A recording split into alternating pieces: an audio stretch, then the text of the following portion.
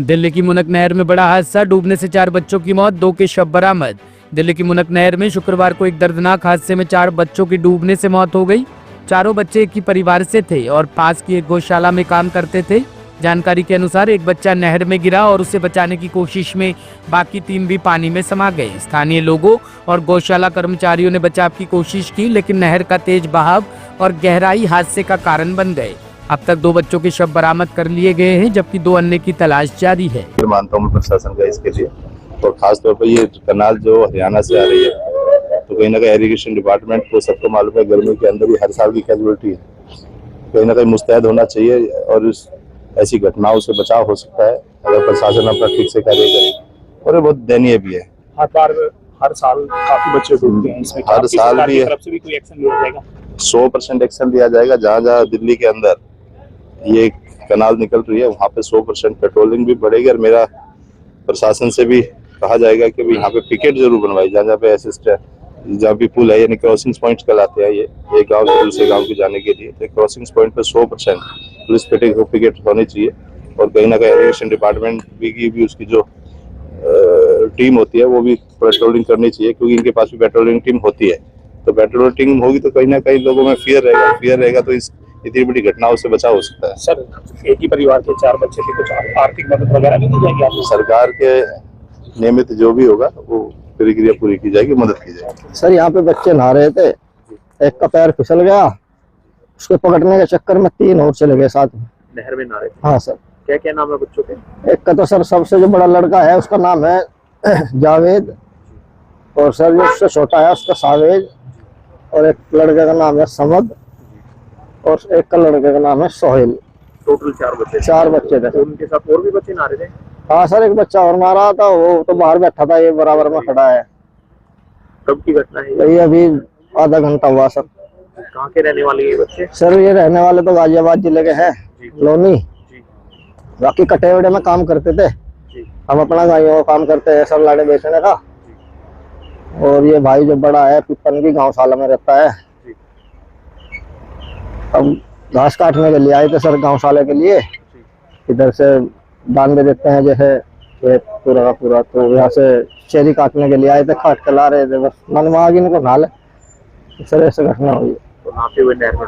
हाँ सर। अभी मिले हैं या नहीं सर? अभी नहीं, अभी कुछ नहीं हुआ सर, अभी कोई कार्रवाई का नहीं मामला, गोताखोर भी नहीं आया सर अब तक।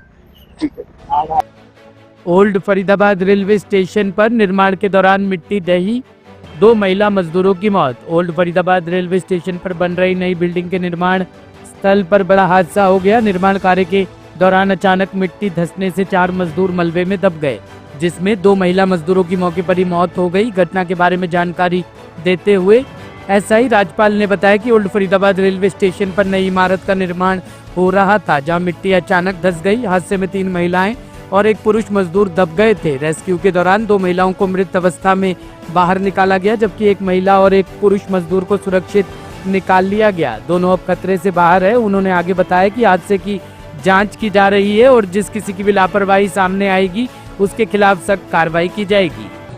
ये रेलवे स्टेशन फरीदाबाद पर नई बिल्डिंग बन रही है, तो वहाँ लेबर काम कर रही थी, जो मिट्टी धस गई थी। मिट्टी धसने के बाद 3 लेडीज और 1 जेंट्स मिट्टी में दब गए थे, तो उनको निकालने के बाद बीच हॉस्पिटल भेजा है, जिसमें 2 लेडीज की डेथ हो गई है और 1 लेडीज 1 जेंट्स ठीक हैं, खतरे से बाहर हैं। वो जो लेडीज जिनकी डेथ हुई है, एक नंदिता और 1 नविता है, ये पश्चिम बंगाल की रहने वाली हैं, और जो 2 घायल हैं वो बिहार के रहने वाले हैं। अच्छा, क्या वजह क्या रही इसकी मिट्टी धंसने की? क्या काम चल रहा था? मिट्टी नई बिल्डिंग बन रही थी, बेसमेंट नीचे खोद रहे थे, और ये थोड़ी देर बारिश भी हो गई थी तो थोड़ी मिट्टी गीली हो रही थी। और इंतजाम नहीं किए थे क्या? वो देखने पड़ेंगे, ये तफ्तीश का हिस्सा है। जिसकी भी लापरवाही होगी उसके खिलाफ कार्रवाई की जाएगी। और हम क्या उम्र है? ये 35-37 साल लगभग उम्र है जिनकी डेथ हुई है। लगभग 1 घंटे पहली बात है। काम करते समय हुआ? हाँ, काम कर रहे थे, काम करते टाइम।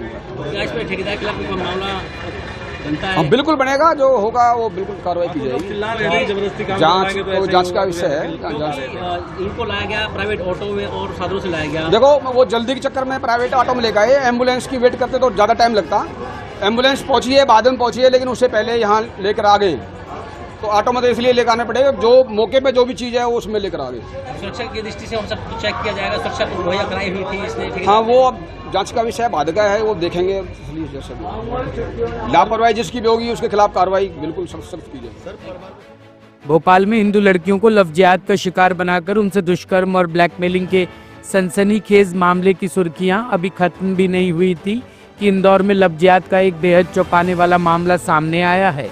सबसे ज्यादा चौंकाने वाली बात यह है कि इस मुस्लिम आरोपी ने 1, 2 या 3 नहीं बल्कि करीब 150 लड़कियों के साथ छेड़छाड़ या गलत जगहों पर जबरदस्ती छूने की बात सामने आ रही है। यहाँ शूटिंग सिखाने के लिए शूटिंग एकेडमी चलाने वाले मुस्लिम डायरेक्टर ने हिंदू लड़कियों के साथ लव जिहाद को अंजाम दिया। पुलिस के मुताबिक उसके मोबाइल में 100 से ज्यादा युवतियों से चैटिंग, करीब 10 युवतियों के वीडियो, जिनमें से कुछ आपत्तिजनक हालत में भी मिले। हालांकि अभी तक इस मामले में एक आरोपी ही गिरफ्त में आया है। ये एक शूटिंग एकेडमी को संचालक है मोहसिन, जो जिसके विरुद्ध एक आपराधिक प्रकरण दर्ज हुआ था छेड़खानी का। उसी में आज 2 और युवतियों ने प्रकरण दर्ज कराया है। उन्होंने बताया कि उनके साथ में घटना, एक युवती ने छेड़खानी होना बताई है और एक अन्य युवती ने उसके साथ शारीरिक शोषण करना बताया है मोहसिन के द्वारा। तो मोहसिन के विरुद्ध ये 2 प्रकरण और अभी आज पंजीबद्ध हुए हैं। इसमें हम बहुत तीव्र गति से अनुसंधान कर रहे हैं और इसमें हमने बहुत ही विस्तृत तरीके से जो जानकारियाँ एकत्रित करना शुरू की हैं। जो सारे बिंदु हो सकते हैं संभावित, वो उन सारे बिंदुओं पर हमारी टीम लगातार अनुसंधान कर रही है। ब्यूरो रिपोर्ट, टीम तफ्तीश न्यूज़।